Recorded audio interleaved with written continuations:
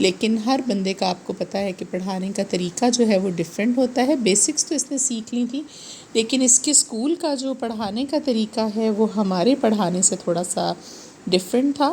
تو ابھی اسکول کی پڑھائی جو ہے اس کے ساتھ ساتھ ٹیوشن بھی ہے، تو اس کو کافی زیادہ اس سے بہتر فرق پڑا ہے، اور انڈیپینڈنٹلی بھی یہ رائٹنگ جو ہے وہ کرنا شروع ہو گئی ہے.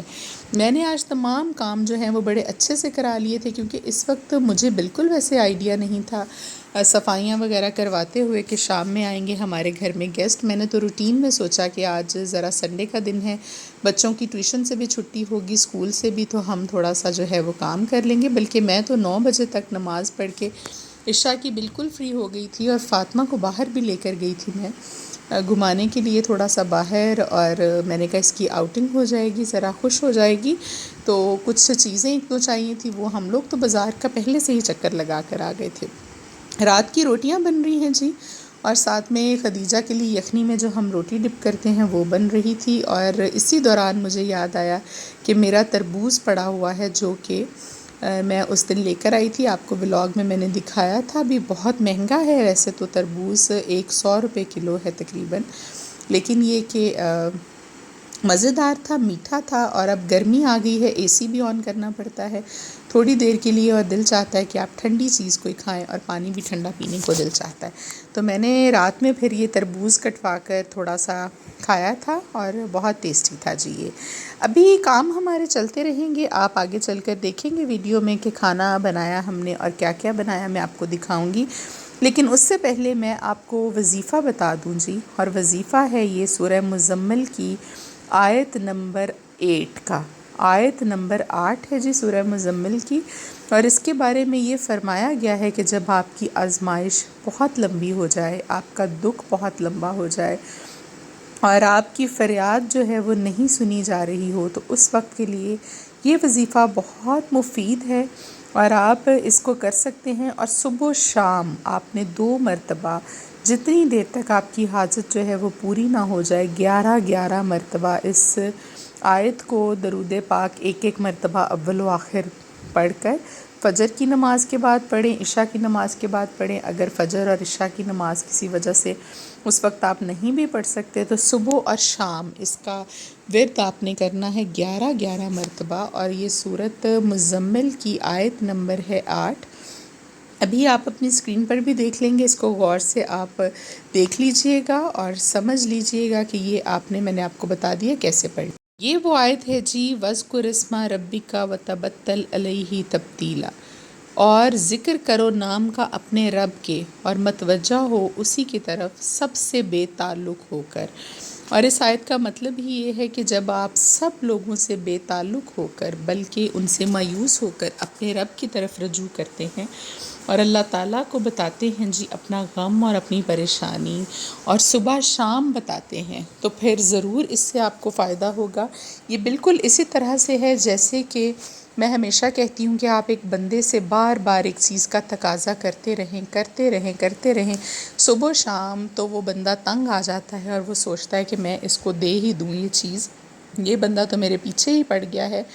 تو مجبوراً پھر وہ اس کو عطا کر دیتا ہے، وہ چیز جو بھی آپ کے پاس ہو کسی مانگنے والے کو پھر آپ دے دیتے ہیں. بالکل اسی طرح سے ہے کہ جب آپ اللہ کے ذکر سے غافل نہیں ہوں گے، اور صبح اور شام اس کی ان صفات کے ساتھ اس کو پکاریں گے، اور اس طرح سے اللہ کو یاد کریں گے، تو اللہ تعالیٰ بھی آپ کو خالی ہاتھ نہیں لوٹائیں گے. انشاءاللہ آپ کی مایوسیاں اور آپ کی زندگی کے اندھیرے اور جو پریشانیاں آپ کی لائف میں ہیں وہ ختم ہوں گی. اور یہ آیت بہت سارے علماء نے بہت ساری جگہوں پر اس کا ذکر کیا. آیت نمبر 7 کا بھی، 8 کا بھی، 9 کا بھی، تینوں کا الگ الگ فائدہ ہے پڑھنے کا. تو آیت نمبر 8 کے بارے میں نے آپ کو بتا دیا، اس کو آپ اپنی زندگی کا معمول بنائیے. 11 مرتبہ صبح اول و آخر ایک مرتبہ درود ابراہیمی، اور 11 مرتبہ شام کو آپ نے اس کی تلاوت کرنی ہے. چھوٹی سی آیت ہے، تسبیح پر انگلیوں کی پوروں پر گن کر آپ اس کو پڑھ لیجئے، تو انشاءاللہ ضرور آپ کے مسئلے مسائل جو ہیں وہ انشاءاللہ حل ہو جائیں گے. اور دیکھیے جی، میں بازار سے جب مجھے پتہ چلا کہ آ رہے ہیں ہمارے گھر مہمان، اور بیسکلی وہ مہمان تھے میرے ہسبینڈ کے کچھ دوست اور ان کے کچھ کولیگس جو کہ یہاں پر آئے ہوئے تھے سٹی میں. میرے ہسبینڈ بھی آج آئے ہوئے تھے جس سٹی میں، اور اچانک انہوں نے مجھے بتایا کہ کسی کام کے سلسلے میں اپنے دفتر کے ان کو یہاں پر آنا پڑا. ساتھ ان کے کوئی 10-12 کولیگس ہیں جنہوں نے کہا کہ ہمیں بھوک لگی ہوئی ہے، اور مجھے بتایا میرے ہسبینڈ نے 9:45 بجے. تو اس وقت جا کر میں بازار سے چکن خرید کر لائی، کیونکہ چکن ہمارے گھر میں اویلیبل نہیں تھا. مٹن تو پڑا ہوا تھا، لیکن انہوں نے کہا کہ 2 سالن بنائیں، مٹن بھی بنائیں آپ اور چکن بھی بنائیں. یہ میں نے مٹن تیار کیا، پھر میں نے چکن لا کر بازار سے تیار کیا. مٹن پلاؤ میں نے بنا دیا کیونکہ مٹن پہلے سے گھر میں پڑا تھا، اور بہت جلدی جلدی ہم نے سیلڈ بنایا، فروٹ چاٹ کاٹی، اور کباب ہم نے فرائی کر دیے، وہ پہلے سے گھر میں پڑے تھے. نان بھی میں کچھ بازار سے لے کر آئی، اور کچھ روٹیاں ہم نے بنائیں آٹا گوندھ کر. اور بس سارے لوگ ہم گھر کے 5-6 جتنے اویلیبل تھے سب لگے رہے اس کام میں، کیونکہ 10 سے 12 بندے تھے. پھر ٹیبل لگانا، برتن سیٹ کرنا، ڈرائنگ روم کو ذرا سیٹ کرنا، مینٹین کرنا ان کے آنے سے پہلے، یہ بہت سارے کام تھے. کولڈ ڈرنکس بھی کچھ اویلیبل تھیں، کچھ مجھے باہر سے لانی پڑیں، اور باہر سے آتے آتے سامان لے کر بہت جلدی بھی میں نے کیا تو 10:30 ہو گئے تھے. میرے آتے تک بچی نے یخنی بنا دی تھی، چاول بھگو دیے تھے، لہسن پیاز کاٹ کے رکھ دیا تھا. یہی کام وہ کر سکتے ہیں، سیلڈ رائتا. باقی کا جو کوکنگ کا کام ہے، خاص طور پر کسی نے آنا ہو تو میں خود کرتی ہوں، کیونکہ آپ کے گھر کا سلیقہ اور طریقہ جو ہے وہ آپ کے کھانے سے اور اس کی پریزنٹیشن سے ہی ہوتا ہے. تو میں کوشش کرتی ہوں کسی نے آنا ہو تو چائے تک بھی میں خود بناؤں، کیونکہ ان بچیوں کو اتنا پتہ نہیں چلتا، تو کسی بھی طرح کی بنا کر بھیج دیں تو میری تسلی نہیں ہوتی. کھانا ہم نے جی سرو کر دیا تھا مہمانوں کو، اور اس کے ساتھ ہی ہمیں پیغام آ گیا کہ چائے بھی بنا دیں. تو میں نے دودھ میں پتی ڈال کر اچھی سی چائے جو ہے وہ بنا دی تھی. اور اس دوران جب وہ کھانا کھا رہے تھے تو فاطمہ جو تھی وہ باہر ہی کھیل رہی تھی، اور اس کو بس یہ تھا کہ بابا آئے ہوئے ہیں. بہت خوش تھی. ڈرائنگ روم میں تو ہم نے اس کو نہیں جانے دیا، دروازہ بند تھا کیونکہ وہاں پر مہمان بیٹھے ہوئے تھے. لیکن یہ کہ وہ باہر کھیل رہی تھی، اور آخر کار اس کی آوازیں سن کر پھر بابا نے اس کو اندر آواز دے لی کہ فاطمہ آ جاؤ میرے پاس. ان کے کچھ دوست وغیرہ وہاں پر بیٹھے ہوئے تھے اور ہم اس کو بلا رہے تھے، تب بھی یہ اندر نہیں آ رہی تھی. یہ میں نے آپ لوگوں کے لیے ایک چھوٹا سا کلپ بنایا تھا کہ جو میں نے برتنوں کی سیٹنگ کی تھی مہمانوں کے لیے. ہر چیز میری کوشش ہوتی ہے کہ مہمان کو بار بار اٹھ کر چمچ اور کانٹا اور گلاس اور پلیٹ اٹھانی نہ پڑے. تو میں نے 8-9 چیئرز پر جو تھے وہ برتن لگا دیے تھے، اور باقی میں نے کچھ ایکسٹرا ساتھ رکھ دیے تھے برتن، تاکہ ان کو کوئی مشکل نہ ہو کھانے کے دوران. اور ماشاءاللہ سے 10-12 لوگ تھے تو پورا ڈرائنگ روم ہمارا بھر گیا. تھوڑی سی لک آپ لوگوں کے لیے میں نے یہ شوٹ کی ہے اپنے ڈرائنگ روم کی بھی. اور ڈائننگ وغیرہ سیٹ کر کے کھانا وہ مہمان جو تھے وہ کھا کر چلے گئے تھے، اور اس کے بعد چائے بھی انہوں نے پی لی تھی، اور تقریباً 2 بج گئے تھے ان کو جاتے ہوئے.